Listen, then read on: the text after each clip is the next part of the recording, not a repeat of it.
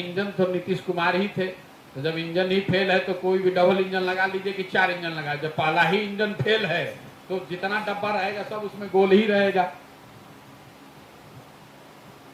मान लीजिए कि आपकी बात में तब मानता है कि यहां से चली गई और जल जमाव की यहाँ समस्या है। भाई यहां से जब समस्तीपुर चली गई तो समस्तीपुर में कौन स्थिति सुधर गया? वहां तो वहां भी वही दशा है।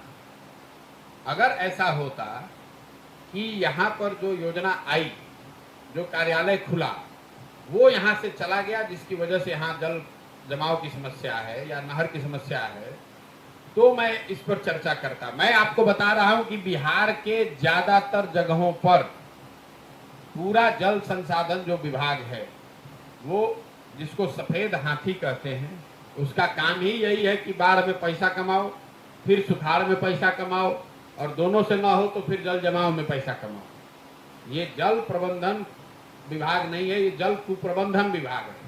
50% जमीन बाढ़ से प्रभावित है, 50% जो बची हुई जमीन है या तो सूखे से प्रभावित है या फिर जल जमाव से प्रभावित है।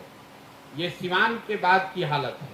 सीवान से पहले जब जाएंगे आप सीमावर्ती चंपारण में, तो वहाँ जल जमाव के बजाय नदियों, जो नेपाल से नदियाँ आती हैं, वो नदियों के बहाव में जो परिवर्तन होता है रूप में, वो समस्या है।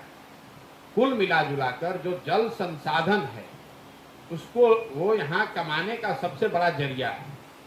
आप देखेंगे जो भी सत्ता में रहता है, चाहे जिस भी गठबंधन की सरकार रहे, लेकिन जो सत्ता में रहता है वो सत्ताधारी दल जल संसाधन डिपार्टमेंट किसी को नहीं देता है।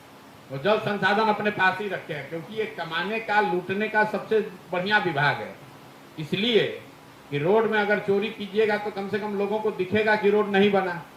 जल संसाधन ऐसा विभाग है कि बाढ़ आया, बाढ़ के नाम पर हजारों करोड़ रुपए लूट हो गई, आपने बता दिया काम हुआ था, बाढ़ में सब बह गया, अगले साल फिर वही काम। तो ये लूट का फुल प्रूफ डिपार्टमेंट है।